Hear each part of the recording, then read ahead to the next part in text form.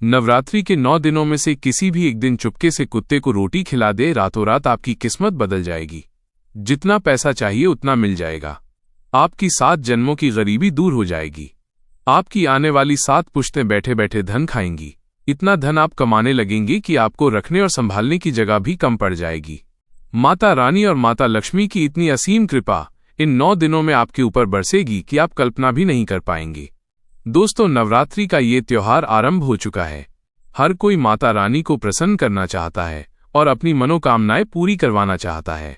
या आप भी चाहते हो अमीर बनना, और यदि आपके जीवन में धन दौलत की समस्या है, पैसा टिकता नहीं है, परिवार में कलह है, शादी में अड़चन है या कर्ज ने आपको बहुत परेशान कर रखा है, तो घबराइए मत। आज आपको केवल इतना करना है कि नवरात्रि के इन दिनों में किसी भी एक ये उपाय करना है। यही उपाय आपकी सारी चिंताओं का समाधान कर देगा। जी हाँ, वो दिन आ चुका है जिसका आप लंबे समय से इंतजार कर रहे थे, और जिस उपाय की चर्चा आप बार बार सुनते आए थे, वही अचूक उपाय आज मैं आपको बताने वाला हूँ। मित्रों, क्या आपने कभी सोचा है कि सिर्फ एक छोटा सा काम करके आपकी किस्मत रातों रात बदल सकती है? क्या ये संभव है कि जीवन भर की गरीबी खत्म हो जाए, कर्ज के बोझ से मुक्ति मिल जाए और माता रानी की ऐसी असीम कृपा बरसे कि आने वाली 7 पुश्तें भी बैठे बैठे धन का आनंद लें? ये सुनने में किसी कहानी जैसा लगता है, लेकिन दोस्तों, ये कोई कल्पना नहीं है। ये सत्य है, और ये रहस्य हमारे प्राचीन शास्त्रों, पुराणों और ऋषियों की वाणी में छिपा है। नवरात्रि का समय स्वयं में ही चमत्कारी होता है। ये 9 दिन केवल पूजा पाठ या व्रत उपवास के लिए ही नहीं है, बल्कि ये वो पावन अवसर है जब ब्रह्मांड की ऊर्जाएं अत्यंत प्रबल हो जाती हैं। इन ऊर्जाओं का सही तरीके से उपयोग किया जाए तो व्यक्ति के जीवन की हर समस्या पल भर में समाप्त हो सकती है।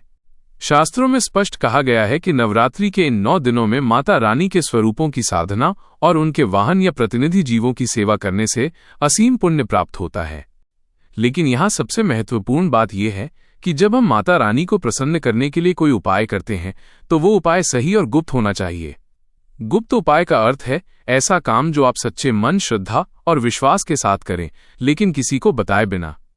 क्योंकि शास्त्रों में माना गया है कि गुप्त साधना का प्रभाव कई गुना बढ़ जाता है।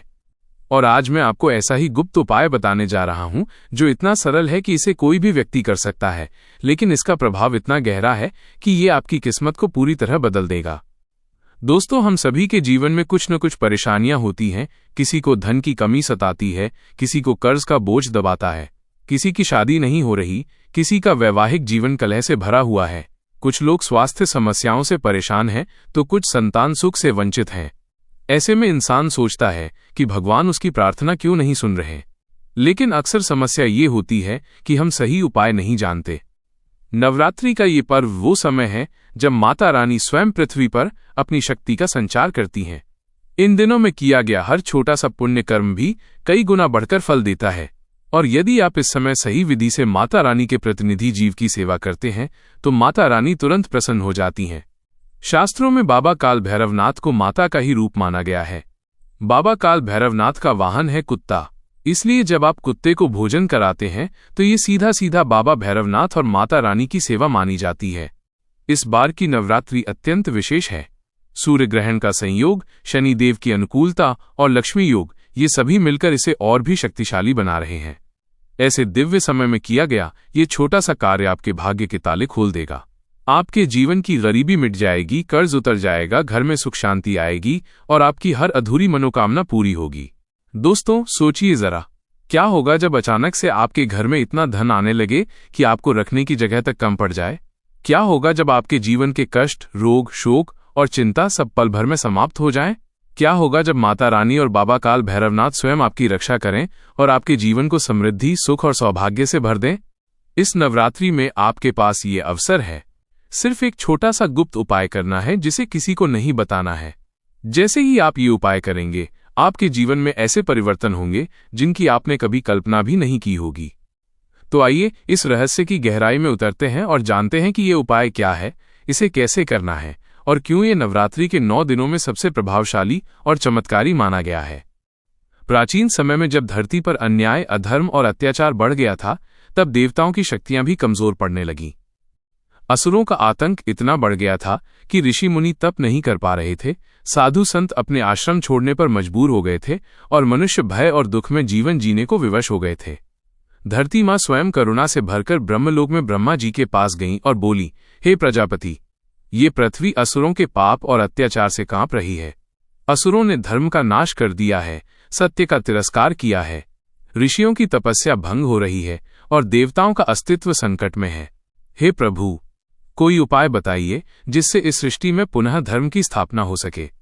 ब्रह्मा जी ने गंभीरता से विचार किया और बोले, हे धरती माँ, यह कार्य केवल आदि शक्ति महादेवी ही कर सकती हैं। वही इस संसार के संतुलन को पुनः स्थापित कर सकती हैं। चलो, हम सब मिलकर क्षीर सागर में भगवान विष्णु के पास चलते हैं। इस प्रकार सभी देवता और ऋषि मुनि भगवान विष्णु के पास पहुंचे। भगवान विष्णु ने ध्यानमग्न होकर माता शक्ति का स्मरण किया। तभी वहां एक दिव्य आभा प्रकट हुई। ये आभा इतनी तेजस्वी थी कि सबकी आंखें चकाचौंध हो गईं। इस दिव्य प्रकाश से आदि शक्ति दुर्गा का प्राकट्य हुआ। इसी समय महिषासुर नाम का एक असुर था। वो अत्यंत बलशाली और घमंडी था। उसने कठोर तपस्या करके ब्रह्मा जी से वरदान प्राप्त किया कि कोई देवता, असुर या मनुष्य उसे नहीं मार सकेगा। इस वरदान के बल पर उसने तीनों लोकों पर अधिकार कर लिया। देवताओं को स्वर्ग से निकाल दिया गया। इंद्र, वरुण, अग्नि जैसे देवता भी भयभीत होकर छिपने लगे। महिषासुर का अत्याचार इतना बढ़ गया कि उसने पृथ्वी पर भी अधर्म फैलाना शुरू कर दिया।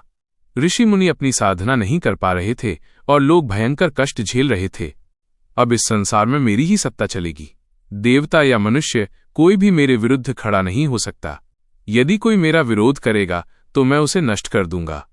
ये सुनकर देवता अत्यंत दुखी और क्रोधित हुए, लेकिन ब्रह्मा जी के वरदान के कारण वे कुछ नहीं कर पा रहे थे। सभी देवता विष्णु जी और महादेव ने मिलकर माता शक्ति का स्मरण किया। उनकी सम्मिलित ऊर्जा से एक दिव्य तेज उत्पन्न हुआ।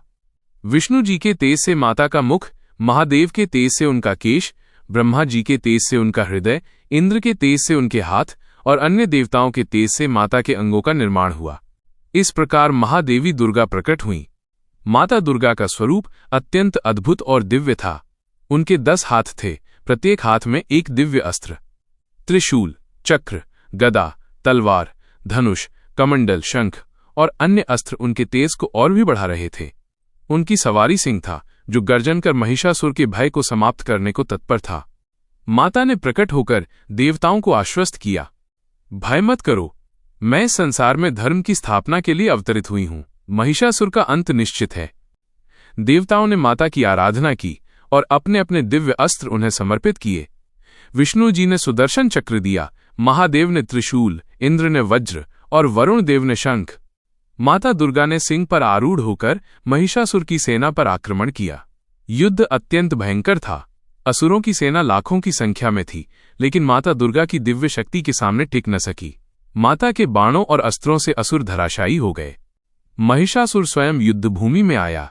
कभी वो महिष भैंस, कभी सिंह, कभी हाथी और कभी मनुष्य का रूप धारण करता, लेकिन माता दुर्गा ने उसे पराजित कर दिया। अंततः माता ने अपने त्रिशूल से महिषासुर का वध कर दिया। युद्धभूमि में चारों ओर जय माता दी के जयकारे गूंज उठे। युद्ध के बाद माता ने सभी देवताओं और ऋषियों को आशीर्वाद दिया। माता ने कहा, जो भी सच्चे मन से मेरी आराधना करेगा उसका हर कष्ट दूर होगा। उसके जीवन से गरीबी, दुख और रोग समाप्त हो जाएंगे। विशेषकर नवरात्रि के 9 दिनों में यदि कोई व्यक्ति व्रत, उपवास और सेवा करता है तो मैं उसकी हर मनोकामना पूर्ण करूंगी। उसके घर में सुख, शांति और समृद्धि का वास होगा।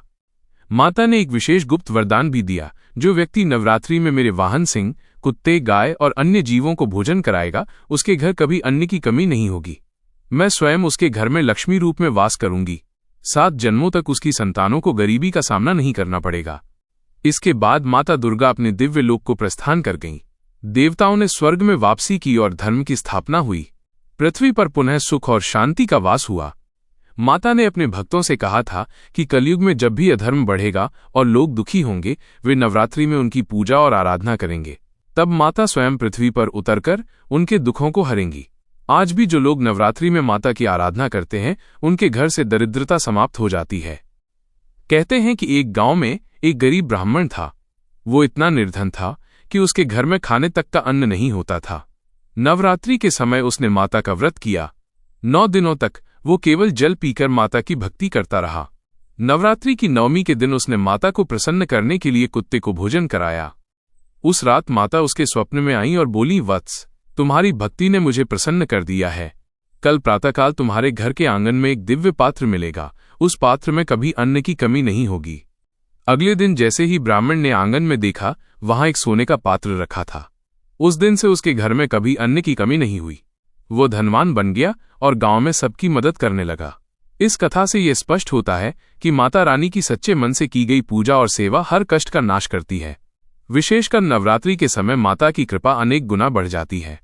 यदि कोई व्यक्ति नवरात्रि में ये संकल्प ले कि वह 9 दिनों तक माता का नाम स्मरण करेगा, जरूरतमंदों और जीवों की सेवा करेगा और कुत्ते, गाय, पक्षियों को भोजन कराएगा, तो माता लक्ष्मी स्वयं उसके घर में वास करेंगी। गरीबी, कष्ट, कलह और दुख सब समाप्त हो जाएंगे। घर में सुख, शांति और समृद्धि का वास होगा। नवरात्रि केवल व्रत रखने का ही पर्व नहीं है, बल्कि ये वो समय है जब माता रानी स्वयं अपने भक्तों के द्वार पर आती हैं। यदि कोई व्यक्ति सच्चे मन, श्रद्धा और विश्वास के साथ माता की पूजा करता है, तो माता उसे निराश नहीं करती। इसलिए इस नवरात्रि में माता की कथा का स्मरण करें, उनके वाहन और जीवों की सेवा करें और माता के इस वचन को याद रखें, मैं अपने भक्त के घर कभी दरिद्रता का वास नहीं होने दूंगी। जहां मेरा स्मरण और सेवा होगी, वहां सदैव सुख, समृद्धि और सौभाग्य रहेगा। मित्रों, ये वीडियो अगर आपको अच्छी लगी है तो हमारे चैनल को सब्सक्राइब करें और एक प्यारा सा कमेंट करें और हमें कमेंट में बताएं। मित्रों, इसी प्रकार का प्यार बनाया है और मिलते हैं बहुत ही जल्द अंजलि किसी वीडियो के साथ। तब तक के लिए जय माता दी, जय भवानी दोस्तों।